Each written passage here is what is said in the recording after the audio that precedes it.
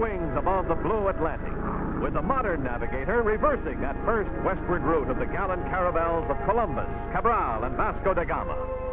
For today's landfall is Portugal itself, where the storied river Tagus still carries its ancient traffic down to the sea, where the fabulous Tower of Belém still stands sentinel on the bright river shore.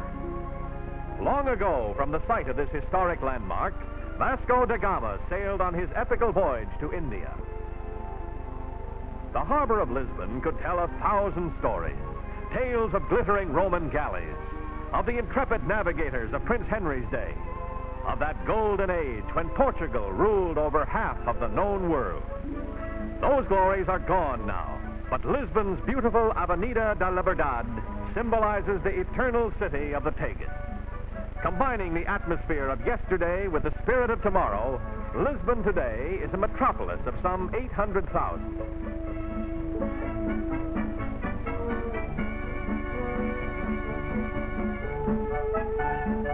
In the National Assembly are promulgated the principles that have made Portugal, with its 8 million people, an orderly and exceptionally clean nation, having raised health and living standards to an important degree.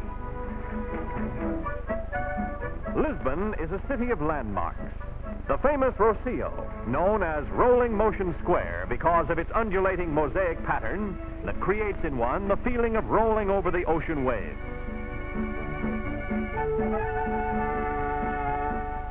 This towering outdoor municipal elevator is another highly unusual spectacle, but one which the Lisbonese literally take in their stride.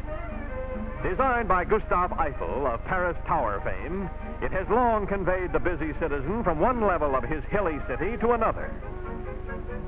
Cable cars also are a necessary part of the civic scene, in a city where hill climbing adds to the ups and downs of everyday life. Modernization sets the theme here, with this new building project typifying the progressive planning embodied in Portugal's thriving capital. Here, it's modern housing for the working man, homes which can be purchased on a time payment plan. Further proof that today's Portugal is in step with the future. But time and tradition also survive, and the age-old ways of the Portuguese fishermen have changed but little. Down through the centuries, Lisbon Harbor has been one of his chief ports of call, the riches of the teeming sea his eternal quest, with sardines the principal catch. Fishing remains a major Portuguese industry, supplying much of the daily diet. And as always, the traditional barinas, or fishwives, still hawk their wares through Lisbon's thronging streets. On now to Nazaré, ancient fishing village on Portugal's central coast. For centuries, the people of Nazaré have lived by the singing sea, reaping of its bounty. Village children display the bright and lively plaids that make their costumes as colorful as their traditional customs. Home is the sailor, and these happy youngsters take advantage of the circumstance by getting into the swing of things.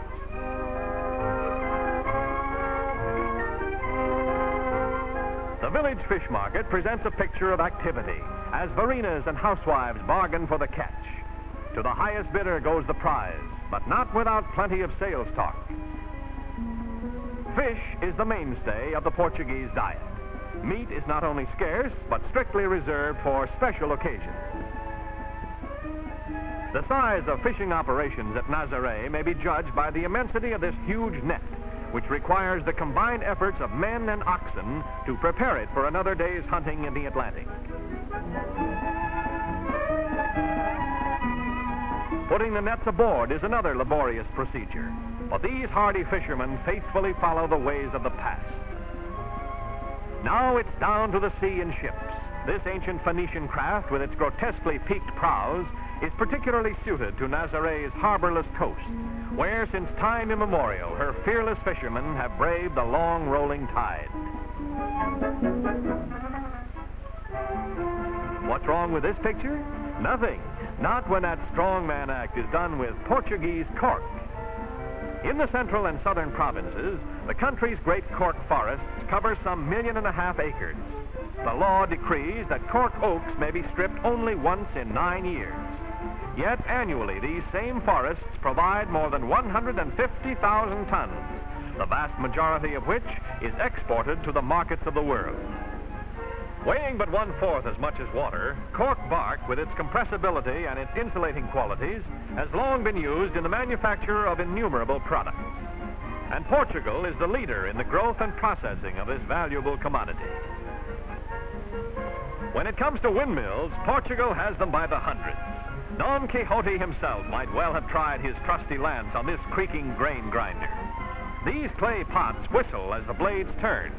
If they cease whistling, the farmer knows his mill has stopped. It's still another part of Portugal, the paradox, ancient land of constant contrast. From the plains of the south to the Douro River country's northern mountains is a trip of only a few hours on Portugal's very efficient railway transportation system. Porto, city of the north, once the Portus Cale of the Romans, gave its name to Portugal and port wine. Second city of the nation, Porto truly portrays the contrasts of the centuries, combining a strictly modern outlook with the fascinating color of a decidedly historic atmosphere. But Porto's chief claim to distinction is wine, the famous port, which has made it the wine capital of the country. In the rich mountain terrain of the Douro River Valley rise the terraced vineyards which for centuries have fostered the wine of Portugal. Port is the name of a wine made solely from the grapes grown in the Douro Valley. Today, oddly enough, these healthy grapes owe their existence to American rootstock, imported in 1862 to replace the Portuguese vineyards, which were destroyed by a ravaging parasite. Long ago, men of the wine country learned that music helps relieve the monotony of the back-breaking task of carrying the 130-pound baskets up the steep slopes. Following the bountiful harvest, the workers of the vineyards, on other seasons picking over, stage their traditional grape festival. Country music and country dancing out of long-remembered folklore. A quaint and picturesque bit of pantomime from the days of long ago.